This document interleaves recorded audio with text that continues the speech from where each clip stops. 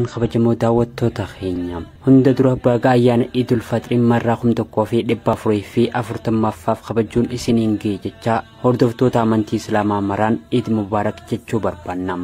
Itti aansuunis ayyaana kana sababeeffachuudhaan seenaa taphataa beekamaa fi jaalatamaa Muhammad Salah keessaa muraasa kan barnoonni irraa argama jennee yaannee akka itti aanu kanatti kan isin biraan geenyu ta'a.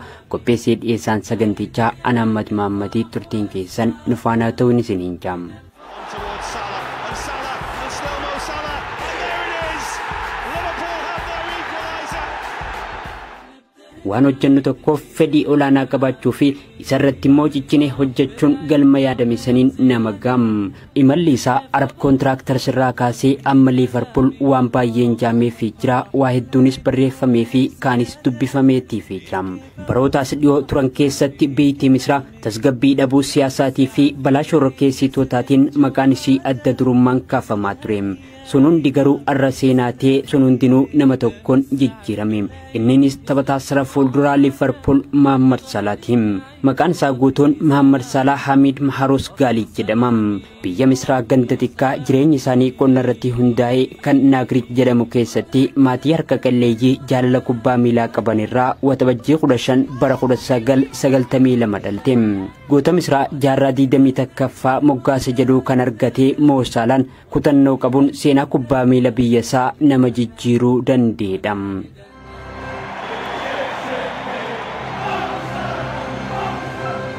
Muhammad Salah yookiin Mo Salah umrii isaa ijoollummaa waggaa 8 irraa kaasee fedhii kubbaa miilaa olaanaa qabaachaatii ture. Ijoollummaa isaatti tapha Champions League taphattoonni Liverpool yeroo sanii taphatan daawwachuudhaanis deeggarsi kilabii Liverpool yeroo ammaa keessatti argamu onneessaa daa'imummaatiin isaa waliin tureetii jira. Yeroo daa'imummaa isaatti Mo Salaan daa'imman ollaa isaatii waliin yeroo taphachaa turettis akka Zinedine Zidane fi Ronaldo Nazario ta'uu kan barbaadu ta'uu irra deddeebiin dubbachaa tureetii jira. Waggaa muraasa booda garee kubbaa miilaa ganda isaanii Baasiyoon jedhamutti makamuun barumsa cinatti isaa waliin shaakala taasisu eegale. Salaan barumsa isaatii fi kubbaa miilaas wal faana deemsisuudhaan haala ulfaatu keessa dabree sadarkaa irra jirurra dhaqqabuu dandeetii jira. A shot in the second half, Gary. They're clearly for handball. Salah goes again. Salah still. Mohamed Salah! Mohamed Salah! That's an amazing goal! It's a work of genius! Mo Salaan jireenyi isaa kubbaa miilaa ta'uu kan adda baafatee yeroo umriin isaa 16 kilabii Kaayiroo Arab Contractorsitti waliigaltee waggaa 5tiin makameedha ture. Kilabii kanaa waliinis guyyaatti yeroo 5 shaakala taasisuudhaan boodarrattis hawwiinsaa garagaree takkaffaatti ol guddachuuf qabaachaa ture immoo boodarra milkeeffachuun kubbaa miilaa keessatti fagoo dhaqqabuu akka danda'u abjoochuu eegale.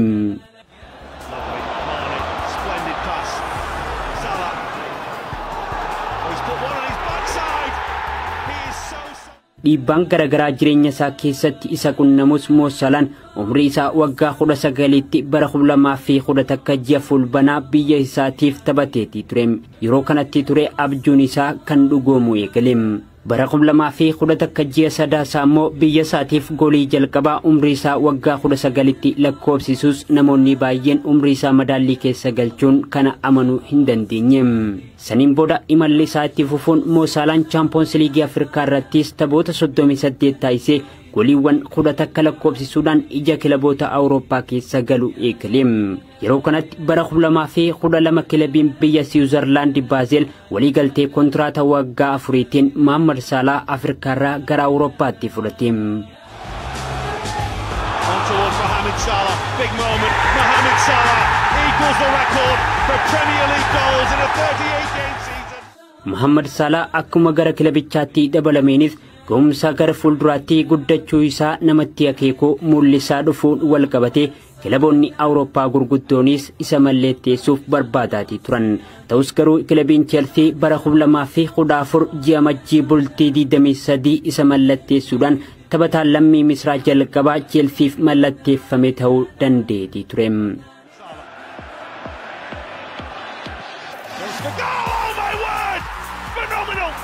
Absolutely phenomenal! A goal to dream of for Mohamed Salah. Kilabii Chelsea waliin turtii waggaa tokko dabarsuus Mo Salaan isaaf milkaa'uu hin dandeenye. boodarra garuu ergisaadhaan gara Xaaliyaan ergamuudhaan Xaaliyaan keessatti jireenyi isaa milkaa'uu eegale. Fagoo laalee jireenyi isaa fagoo akka ga'u kan hubate leenjisaan Liverpool Jurgen Klopp immoo boodarra Mohamed Salah Roomaarraa maallaqa jijjiirraa yeroo sanii yuuroo miiliyoona 42 gara Anfield Road akka dhufu taasise.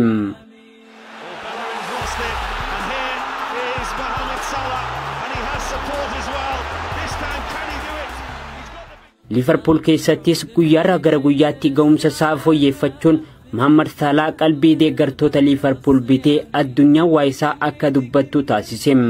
Haalli guddina isaatis kan ajaa'ibsiisaa ture Mohamed Salah jireenya isaa humaarraa kaasuun sadarkaa dhaqqabuun namatti ulfaatu kan dhaqqabe taphataa abdii qabeessaa fi ardiin Afrikaa yoomiyyuu ittiin boontuudha.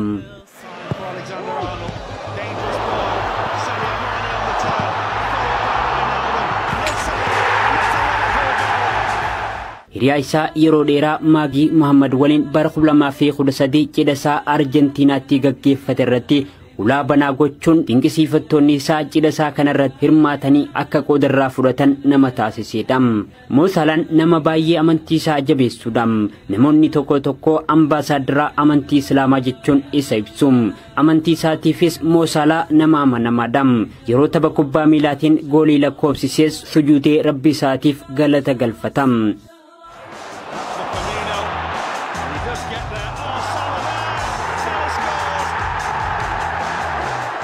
Haadha mana isaa Maagii Mohammad irraa daa'ima Makkaa Mohammad jedhamtu kan godhate Mohamed Salah yeroo tokko akkuma duudha Misraatti erga barumsa isaa xumuree booda dirqama tajaajila loltummaa baachuuf murteessus akka jarraate muummichi ministeera biyyattii Ibrahim Mahalab ministeerri barnoota olaanoo biyyattii Shaawukii Gaariibii fi bulchitoonni olaanoon biyya Misraa dhimma kana judduu seenuun Mohamed Salah itti gaafatamummaa federaalaa kanarraa bilisa ta'uun kubbaa miilaa qofarratti akka xiyyeeffatu murteessanii.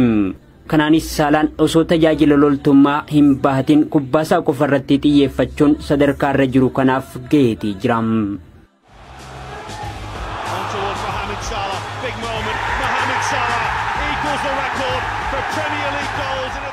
Bara 2017 ji'a muddee keessa taateen inni raawwate guutuu addunyaatti dinqisiifannaa akka argatu isa taasiseetii jira. Ka'umsa taatee kanaa kan ta'e hattuutu maatii isaa saame. Abbaan Mohamed Salah atticha kanarratti himata baneetii ture. Yeroo mara toltuu yaaduun keessi isaa qulqullaawaa kan ta'e Mohamed Salah abbaan isaa himata atticha irratti bane kana akka gargar kutuu kadhachuudhaan hattuun maatii isaa saame kun jireenya ofiisaa akka gadhaabbatuuf maallaqa deeggarsa godhuudhaan hattichi jireenya isaa akka gadhaabbatu taasiseetii ture. Naamusaan wal qabateetis Premier League Ingiliz kan yeroo ammaa keessa taphachaa jiru kanatti taphattoota naamusa gaarii qaban keessaa sadarkaa duraa irratti ramadamam. Taphoota haga ammaa Liverpooliif taphachaa jiruunis kaardii diimtuun gonkumaa dirreerraa beekan hin beekne Mohamed Salah keessa isaatu qulqulluu amala isaatiin namuu isa jaalatam.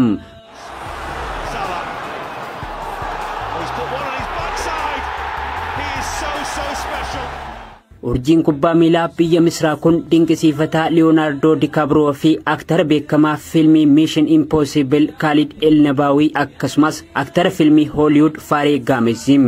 Mohamed Salah ijoollummaa isaarraa kaasee kubbaa daawwachuun alattis sagantaalee televiziyoonaa maatii isaatii waliin taa'ee daawwachuu, fiilmii koomeedii daawwachuu fi viidiyoowwan YouTube irratti gadhiifaman daawwachuu dabalatee dubbisuus akka jaalatu yeroo tokko ibseetii ture.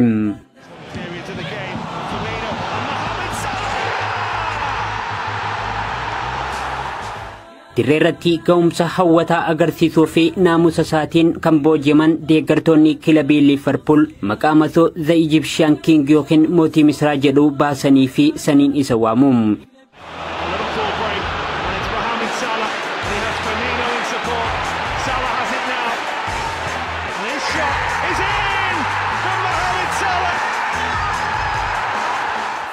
Dursa kilabii isaatiif kanneen waan danda'u mara gochuun deeggartoota Liverpool kan gammachiise Mo Salah bara dabree fi bara kanaas deeggartoonni kilabichaa dhaabbatanii Mo Salah jechuun isa faarsaniitii jiru. Yeroo ergisaan Chelsea irraa Fiorentinaaf taphachaa turetti balaa mudateen lammiilee biyya Misraa 74 lubbuun isaanii dabree fi hedduu miidhaan qaamaa irra gahee ture yaadachuuf tiishartii lakkoofsa 74 qabu uffatee fedhii isaatiin osoo namuu isaan ajjeejin deeggartoota isaa duraanii yaadateetii ture. kanaanis dinqisiifannaa fi jaalala lammiilee Misraatiif qabu adda baaba'itti mul'iseetii jira. Legal tackle. Henderson's overhit that for Salah. He hasn't. Salah for Liverpool. And Liverpool get a goal back. Mohammed Salaan kubbaa miilaatiin alattis piroofeeshinaala booksii lammii Ameerikaa Muhammad Alii kan umrii isaa waggaa 74tti bara 2016 lubbuun dabartee dinqisiifatam. Waa kennuurraa harki kan isa gabaabbatee hin beekne Mohammed Salaan yeroo tokko yaada kanneen rakkoo namaa waliin qoddachuu caalaa wanti isa gammachiisu akka hin jirre dubbateeti ture. West Ham are in trouble here. It's Mane and it's Salah. These two can devastate a team.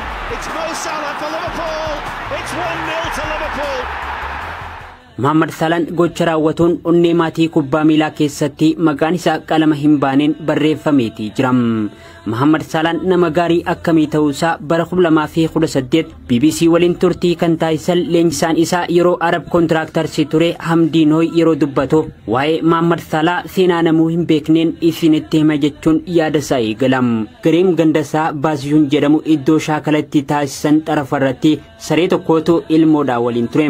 Ilmoo saree sanii nyaachisuudhaaf Mohammed Salaan yeroo shaakala taasisu mara qoonqoo fidaafii ture jechuun Mohammed Salaan nama gaarii namaaf qofosoonii fintaane bineensaaf illee tolo oolu akka ta'e kaasee dubbateeti jira.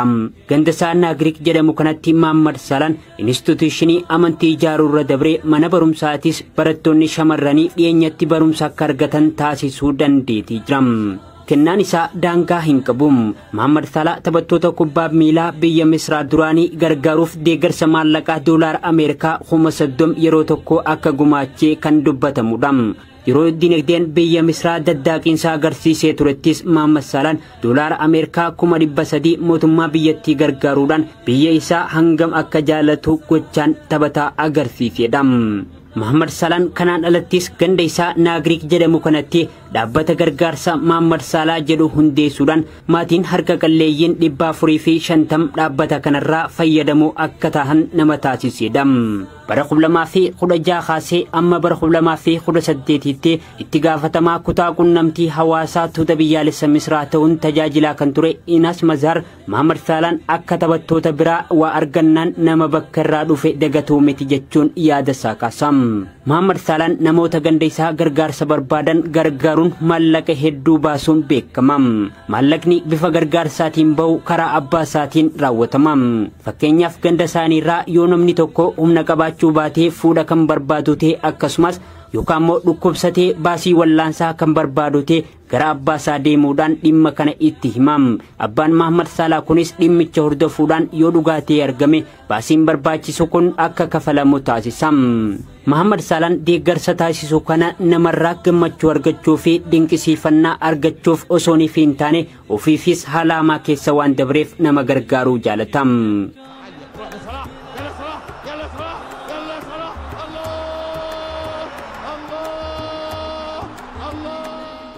Seenaa bal'aa akka baharaa Mohammed Salah keessaa tolooltummaa irratti kan xiyyeeffatan akkasii olii kanatti isin biraan keenyeetii jirram.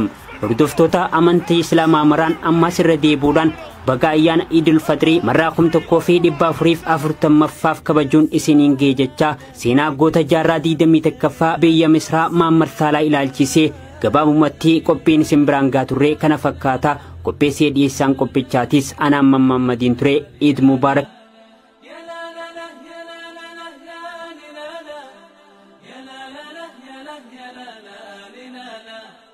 يا لا لا يا